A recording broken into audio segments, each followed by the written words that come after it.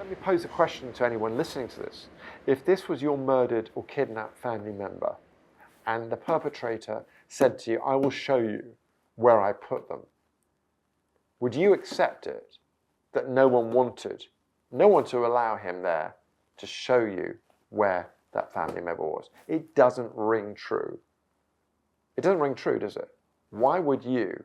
You would insist that that person came and showed you exactly where they put your mother, or your father, or your family member.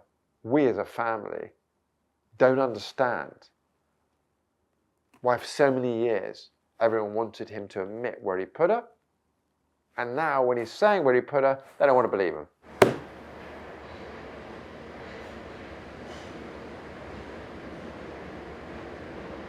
The really important thing for people to understand what has happened here in the last 3 years, and what we can do to resolve it, and what we will do to resolve it. It's only a matter of time before all the stars align and we sort this out. 100%. And therefore, you can see everything I say is measured, sensible, and has a conclusion to it.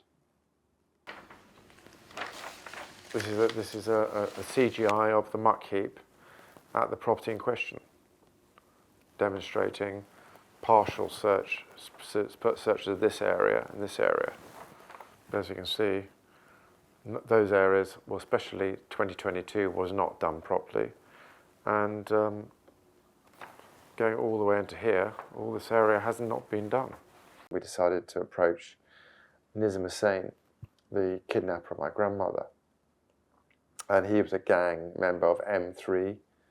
We're going to call him M3 because M1 is dead and M2 is dead. And M3 is alive and willing to talk. And so we decided to approach him and see whether we wanted to talk further. And he did.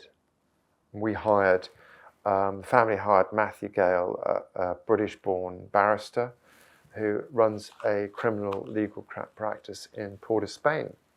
He went to visit Nizam on a few occasions and eventually agreed a settlement agreement with Nizam, and it gives certain parameters to a $50,000 US payment.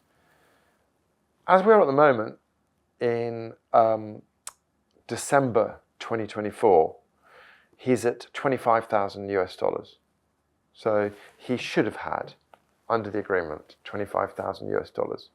And he has turned down the first payment. He could ask Matthew any day for a down payment for his $25,000. He could then, with that money, buy an air ticket and travel to London Heathrow. There's nothing stopping him fly. For the authorities to say the only thing he wants to do is come to England and stay here is completely absurd, because, again, he has the ability to come here any time under his own steam, not under our steam. So where we are is, in November, Matthew agreed with Nizam for a meeting. There were a couple of meetings, November 21, and I guess it was mid-November, about the 17th, when Nizam Hussain explained everything to Matthew about the kidnap and about his involvement in disposing of my grandmother's dead body. And his reasoning was that my grandmother died of some kind of heart attack. Now, we can park that as it's quite a convenient way. So whether or not she was shot, whether or not she died of an overdose of this toxin they were giving her to keep her quiet, because remember, managing keeping a person in an environment like that from running away, from escaping, is the biggest problem. So managing that environment was their biggest problem all times. So they kept her stoned, dosed up on Logactigil. They overdosed her. We moved on to the next stage, where we decided to track down the owner of the farm. We explained that we needed to do some kind of search, but we were hoping to keep it out of the public eye and just a private matter between us and the marsh Marshers being the owners at the moment of this 11-acre patch of Hertfordshire. So we didn't get anywhere with him, and he wasn't keen. So we then approached, naturally, the police, and they came to meet us within a week. The police who arrived had spoken to the landowner prior to this meeting, and they seemed to have agreed they would do some kind of search if necessary, but it would be a search with his authority. So not getting a warrant. That has always been the problem, because every search has been restricted. So it's been restricted by agreement. So we're going to search a little bit of area. Okay, you can do that. And we search that little bit of area. Okay. So instead of going there and saying, right, this whole area needs to be done, and we'll be here for good until we've really had a bloody good look, none of that's happened. So what has happened is that 2022, May or April rather, they turn up, they dig up a patch of where the muck heap was, and this is 2022, and this is the muck heap. So it's on the edge of the muck heap somewhere. In fact, he even argues about the depth. So if you like, my uncle says to him, so it's about 6 foot down. He said, no, Ian, she's 4 foot down. She's not that deep. So that is, he remembers how deep. I think he thinks about it every day. He sees, before he put the earth on, they put the earth back on her, he looked at what was a living person 2 days before in a home with a dog. So there is the muck heap, 2/3 of an acre of Hertfordshire that needs to be thoroughly searched. That's all, to 4 foot down. Now we as the family only want to search and finalise this search with the perpetrator, which is only right because he's come clean. He's the one who knows, he's the one who put it there. He's the only living person. And we've surely, being the victims, the right to search this land. And we've only had these 2 abortive searches. So the first dig was abandoned after a week, only a week. Now, Tutankhamun, the Egyptian king, they dug for months and months to find his remains. And this was done very carefully, archaeologically. You remember, you're looking for bones that have been there over 50 years. And so if you dig it with a digger, you just crunch those bones up.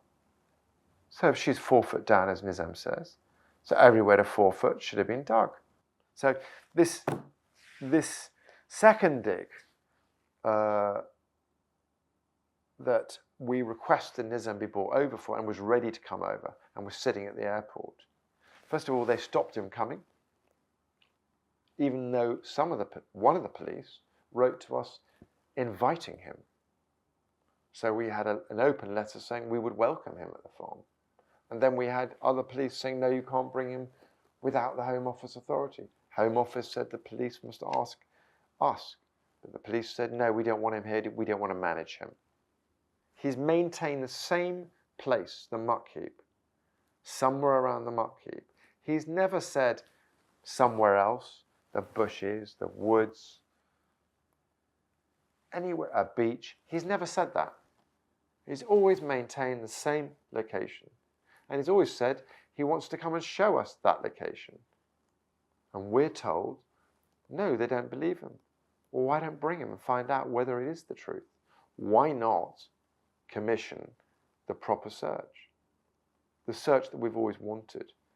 And we were always happy to pay to have a dynamic scan, underground scan, non-invasive, with the killer there. We could have ended this in 2022.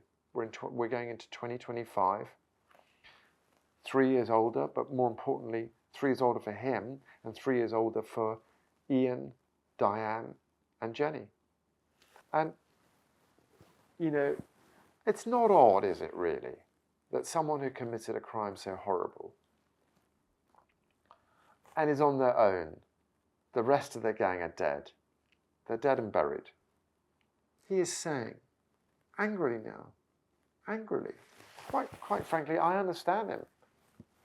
We are way past pissed off.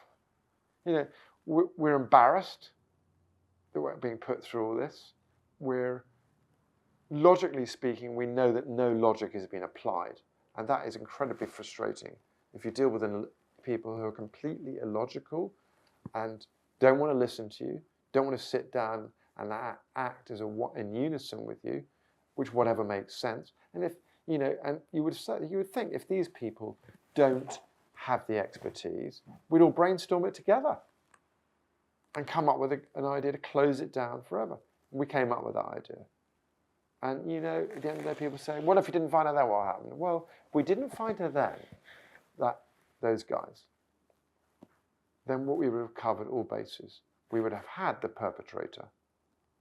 We would have carried out an incredible search with the correct technology, and we would have dug all those areas, and we would have had Nizam sucking his teeth, his remaining teeth, going, well, this is, and we would have maybe sprayed over the ground the location of the muck heap. We would have been able to articulate it with red lines on the ground. Like this, we would have put this onto the ground. And then we could have rebuilt 1970.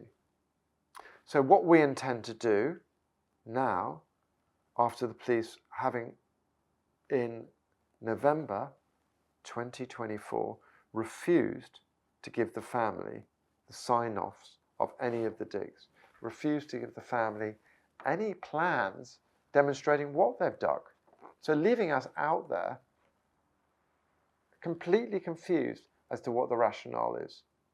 Why would you do that? Why would you put us through this? What have we done wrong? We're the victims. My grandmother was making tea in her kitchen on the 29th of December 1969, in between Christmas and the New Year.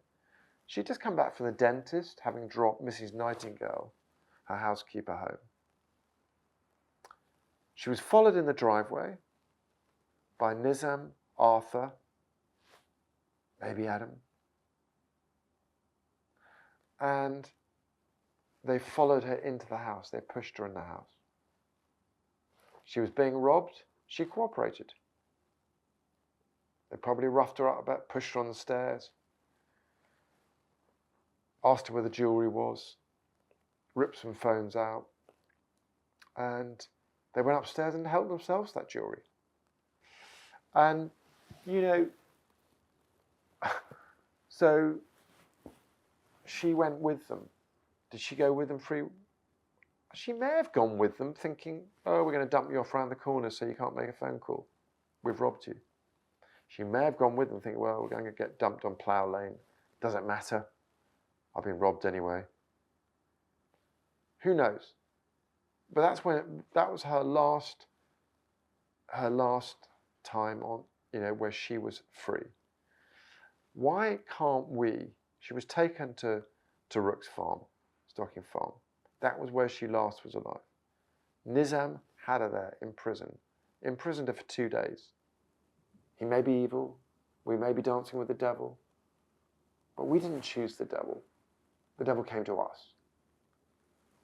And the devil has decided to show us where my grandmother is buried.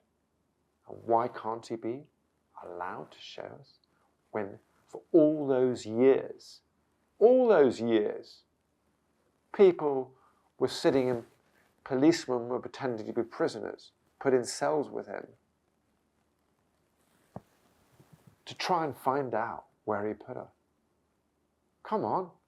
Well, I've got the answer now. He's come clean. Let him show us. Let him show us. My duty as a grandson is to locate her now. I've got the perpetrator telling me where she is. This has been hanging over us for all those years since Christmas. I need to locate her and put this to rest.